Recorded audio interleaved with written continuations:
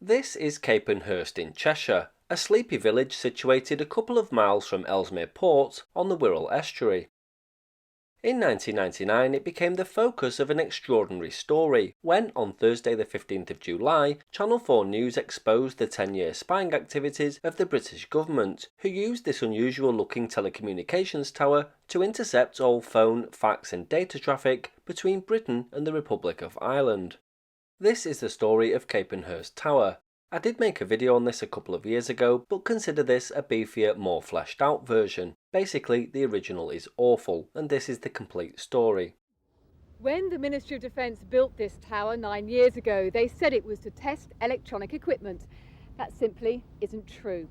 No one who lives and works around here knew exactly what the building was used for, and even the architect who designed it wasn't told why it had to be 13 stories high, windowless, and with radio transparent panels in the last 3 floors. The tower was located in this compound on the boundary of the British Nuclear Fuels Limited uranium enrichment plant at Capenhurst, and to the average person looked to be part of the facility. Residents close by, however, got a shock when they realised the true extent of the activities taking place here. They'd previously thought that it was either a grain silo, something to do with Liverpool or Chester airports, or didn't pay particular attention to it. In fact, it was used as a phone tapping device to intercept calls from Britain to Ireland. Does that surprise you? Oh, bet, yeah. It was claimed that the interception activities carried out here were conducted by the Government Communications Headquarters, or GCHQ, based in Cheltenham. Intelligence specialists realised that the radio beams passed directly over the nuclear processing plant between this site and this site. During 1988, a temporary interception facility was built on the roof of the plant, and when trials of the Irish interception system proved successful, GCHQ decided to go ahead with a full-scale permanent setup, and planning was approved in 1989. The so-called electronics test facility cost nearly £20 million to build. The Ministry of Defence held a meeting with local residents in early 1989 and urged them not to talk about the site. In return, they were given free fencing and double-glazed windows. During construction in 1989 and 1990, defence officials made sure to hide the equipment going into the site. To disguise what was really happening here, contractors' vans were apparently repainted in the livery of British Telecom and other public utilities. The tower was designed in 1988 by Chester architects Lovelock, Mitchell and Partners. Their drawing described the tower as an electronics testing facility for a company called Serco.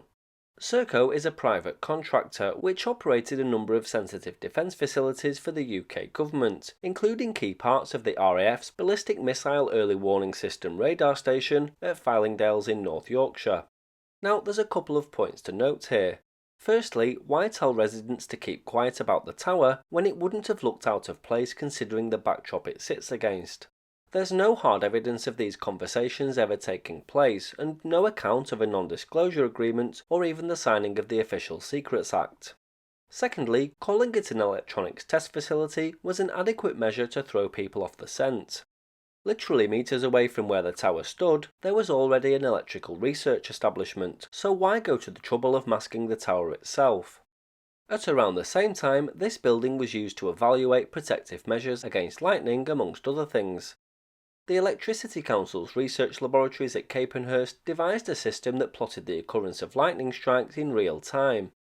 It made the use of the fact that lightning generates powerful electromagnetic pulses, in which the bulk of the energy is concentrated at frequencies between 1 and 100 kHz. This was the location of one of 3 special radio direction finding sites that were listening out on a frequency of 2 kHz for the characteristic signature of a lightning strike. A combination of loop antennas at the 3 stations were used to compute the bearing of the strike to within 0.05 degrees. The information was then fed by telephone line to a computer at Capenhurst, which generated a fix by combining the information from all 3 stations. This is all completely unrelated to the espionage tower, but an interesting radio-related side note. The Capenhurst site was surveyed extensively before the exact spot to locate the tower was chosen. The MOD then bought a plot of land for it especially, despite already owning many plots of land nearby. Although access to the site could have been obtained by an existing road, Manorfield Close, this was fenced off and a gate installed in BNFL's boundary fence instead. The choice of locations was investigated at length for a big reason. The Capenhurst Tower was located right on the microwave line of sight between two existing British Telecom radio towers. The first was this unassuming one at Pale Heights in Cheshire, and the second was a rather unusual installation located at Gwynescore in North Wales. The two BT towers formed part of a chain carrying thousands of trunked phone lines from England along the North Welsh coast to Anglesey and then across the Irish Sea to Dublin. 4 microwave channels ran in each direction, and each was capable of carrying one TV channel or roughly 1,000 phone calls using frequencies around 6.5 GHz. Although the BT aerials were very directional, the beam spread out about 1 degree either side of the centre line. By the time the signal from Pale Heights reached Capenhurst, the beam was roughly 650 metres wide, although there was a gradual decline rather than a sharp cut-off. The Gwynescore Tower is further away, so its beam was even wider. Amazingly, British Telecom was obliged by the terms of its Oftel licence to provide phone taps for the Secret Services or police if a warrant had been obtained from the Home Secretary or Foreign Secretary. The architects were never told what the tower was for, and the staff at the company were vetted and required to sign the UK Official Secrets Act before being allowed to prepare plans. Once construction was complete, they were never allowed inside. The planning drawing said that the roller shutter doors on the tower had to be aligned on an exact compass bearing, specified to a fraction of 1 degree. This was a cover story for radio-transparent fiberglass dielectric windows, directly above and at right angles with the shutters that needed pinpoint accurate alignment. The tower had 12 of these dielectric windows, spaced exactly 90 degrees apart, on the top 3 stories of the 13-storey tower. 6 of the windows lined up accurately with the 2 British Telecom towers at Pale Heights and Gwynescore. The window panels were made of a special material which didn't conduct electricity, so weak radio signals weren't attenuated as they passed through the building. Usually, dielectric window panels for signals intelligence work are made from plastic or fiberglass. They're often shaped and coloured to look as though they're a normal part of the building, or are special architectural features. The other 6 were either decoys to disguise the tower's purpose, or they could have been used for other aerials aimed at other sites. This was never revealed. The northernmost windows had an equipment hoist behind them, which could lift apparatus through trapdoors in the floor. The trapdoors were bigger than shown in the architect's drawing, big enough to lift a microwave dish almost as wide as the windows. This suggests that it was never intended to use the northernmost windows for aerials, because the hoist and aerials would have got in each other's way. 8 of the tower's 13 stories were air-conditioned. The plan drawings show that each of these 8 stories had no less than 4 air conditioners. These got rid of their waste heat via 32 small grills in the side of the tower. The heavy-duty electrical supply and air conditioning suggest that the microwave signals may have been broken down into individual telephone channels on site, and phone calls selected against predetermined criteria, for example the number called, by powerful computers for further analysis. The Capenhurst site appeared to have housed a massive amount of electronics. One eyewitness said it had a 600 amp 3-phase electrical supply. This totals 432 kilowatts of power, enough for a whole village, and far in excess of what would be needed for any conventional radio site. The roof dome was also made of fiberglass, and it was believed that it could have been used to hide a satellite link to get intelligence data out of the site securely with minimal detection. The radio beams in question transmitted thousands of calls per hour between Pale Heights and Gwynescore and across the Irish Sea to Dublin, but passed through Capenhurst. All international calls via Britain to the rest of the world from the Irish Republic had to pass through Capenhurst on their over-the-air route after leaving a Dublin to Anglesey undersea cable link. Of course, it wasn't just phone calls. There were faxes, data and emails too, and computers as well as people were alleged to have been sorting and monitoring these transmissions. When it was operational, 2 to 3 staff worked at the tower 24 hours a day. Workers at the plant, which was manufacturing enriched uranium for nuclear power stations, had no idea what went on under their noses. Some of them guessed that it was a GCHQ intercept site to monitor Russian naval activity in the Irish Sea, and these rumours spread throughout the local community. According to the Defence Estate Organisation, the installation was operated by the RAF's Radio Introduction Unit, or RIU. The RAF has often acted as a front for GCHQ, and for decades, NSA, GCHQ and other partner agencies have attempted to tap many different international communication links. However, this was the first time a covert terrestrial microwave intercept had been found in the UK. Apparently, calls were monitored by GCHQ from Capenhurst until 1998, when the Irish telecommunication system was changed. Telecom Éireann expanded its international links in 1998 and 1999 using optical fibre cables instead of radio.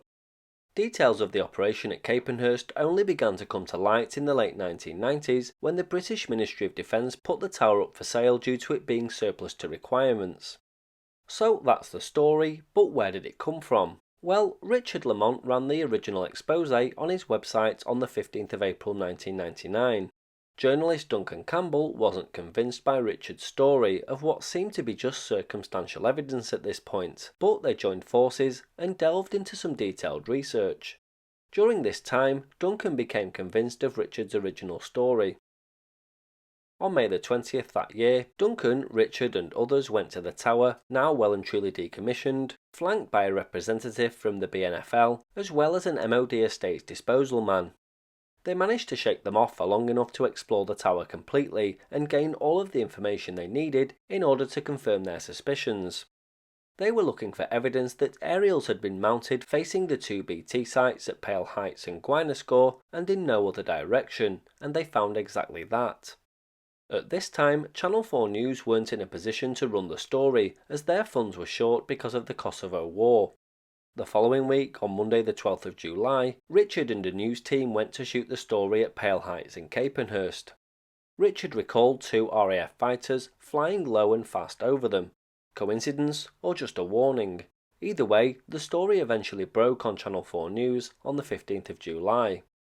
The Irish government instructed its ambassador in London to demand an explanation, but the story didn't seem to gain legs, and it very quickly disappeared with little public interest. Capenhurst Tower eventually went on the market for a staggering £20 million, along with hundreds of other defence sites. Several mobile phone companies showed interest, but none of them bought it. £20 million is a lot of money compared to the cost of building a regular radio mast. The tower was eventually demolished in 2004 after a suitable buyer for the land was found. Today there's no trace left, nothing that would ever suggest that one of the country's biggest espionage activities took place here. Even the houses featured in the Channel 4 expose that sat in the shadow of Capenhurst Tower have been demolished, and the land has yet to be redeveloped. These halls where the equipment was fixed to mount aerials are aligned directly to shoot through this window, and by shooting through this window they go to British Telecom's tower. So the fact that the window is aligned, holes in the floor inside the building are aligned, prove that it was pointing in one direction and one direction only, and for one purpose only, tapping phone calls. This is the British Telecom tower outside Chester. Anyone phoning, faxing or emailing Ireland had that information relayed through here. The signal was then passed 25 miles to the next BT station over there on the Welsh Hills. And in between the two, intercepting everything, was the Capenhurst Tower.